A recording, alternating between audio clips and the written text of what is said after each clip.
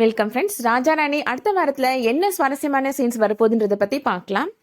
சந்தியா இப்போ ஃபங்க்ஷன் முடிஞ்சதும் சென்னைக்கு கிளம்பி போகிறாங்க. உங்களை பிரிஞ்சு போகிறத நினச்சாதாங்க கஷ்டமாக இருக்குது அப்படின்னு சந்தியா சொல்கிறாங்க. இதெல்லாம் தற்காலிக பிரிவு தாங்க, நீங்கள் யூனிஃபார்மோட எப்போ வருவீங்கன்னு நான் வெயிட் பண்ணி காத்துட்ருப்பேன் அப்படின்னு சொல்கிறாரு சரவணன். அடுத்ததாக மறுநாள் அகாடமியில் நடக்கிறத காமிக்கிறாங்க. எல்லா ட்ரைனிங் ஆஃபீஸர்ஸுமே இப்போ கிரவுண்டுக்கு வந்துடுறாங்க. கௌரி மேடம் அடுத்ததா பண்ணக்கூடிய டாஸ்கை பத்தி எல்லாருக்குமே எக்ஸ்பிளனேஷன் கொடுத்துட்டு இருக்கிறாங்க. சந்தியா இன்னும் வரலையா அப்படின்னு யோசிக்கிறாங்க. ஒரு ஐபிஎஸ் ஆஃபீஸருக்கான பொறுப்பே இல்லாம ஏன் இப்படி சந்தியா இருக்கிறாங்க அப்படின்னு கௌரி மேடம் நினைக்கிறாங்க. கௌரி மேடம் எல்லார் கையிலையும் இப்போ ஒரு ஃபைல் கொடுக்குறாங்க. நீங்க அடுத்ததா பண்ணக்கூடிய டாஸ்கோட ஃபுல் இன்ஃபர்மேஷனும் இதுல இருக்கு அப்படின்னு சொல்றாங்க. அந்த டைம்ல கரெக்டா இப்போ சந்தியா அங்க வந்துடுறாங்க. மேடம் சாரி மேடம், கொஞ்சம் லேட் ஆயிடுச்சு அப்படின்னு சொல்றாங்க. கௌரி மேடம் இப்போ சந்தியா கையிலையும் அந்த ஃபைலை கொடுத்து அந்த டாஸ்கை பற்றி எக்ஸ்பிளைன் பண்ணுறாங்க. இந்த டாஸ்கை எல்லா ட்ரைனிங் ஆஃபீஸர்ஸுமே பண்ணணும் அப்படின்ற கட்டாயம் கிடையாது அப்படின்னு சொல்கிறாங்க கௌரி மேடம்.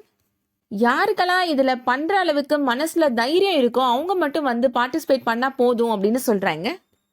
இந்த டாஸ்கை வின் பண்ணுறவங்களுக்கு ஸ்பெஷலான பாயிண்ட்ஸ் அவங்களோட மார்க்கில் ஆட் ஆகும் அப்படின்னு சொல்கிறாங்க கௌரி மேடம்.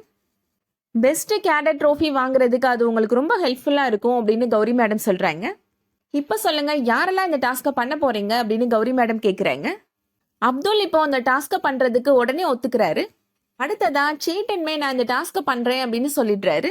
நான் ஜோதி இந்த டாஸ்கில் பயந்து போய் நான் பண்ணலை அப்படின்னு சொல்லிடுறாங்க. கடைசியா சந்தியாவுமே நானும் இந்த டாஸ்கில் கலந்துக்கிறேன் மேம் அப்படின்னு சொல்லிடுறாங்க. அது என்ன மாதிரி டாஸ்க் அப்படின்னா, ட்ரைனிங் ஆஃபீஸர் இப்போ ஸ்கை டைவிங் பண்ணணும். யார் அதிகமான உயரத்துல இருந்து ஸ்கை டைவிங் பண்ணியிருக்கிறாங்களோ அவங்க தான் அந்த டாஸ்கோட வின்னர்னு அனௌன்ஸ் பண்ண போறாங்க.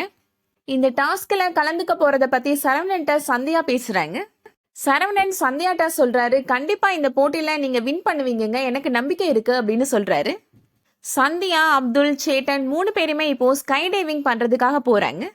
வெயிட் பண்ணி பார்க்கலாம் அடுத்து என்ன நடக்க போகுதுன்றத. இந்த வீடியோ உங்களுக்கு பிடிச்சிருந்துச்சுன்னா லைக் பண்ணிக்கோங்க. சீரியல் அப்டேட்ஸ்க்கு நம்ம சேனலை சப்ஸ்கிரைப் பண்ணிக்கோங்க. தேங்க்ஸ் ஃபார் வாட்சிங்.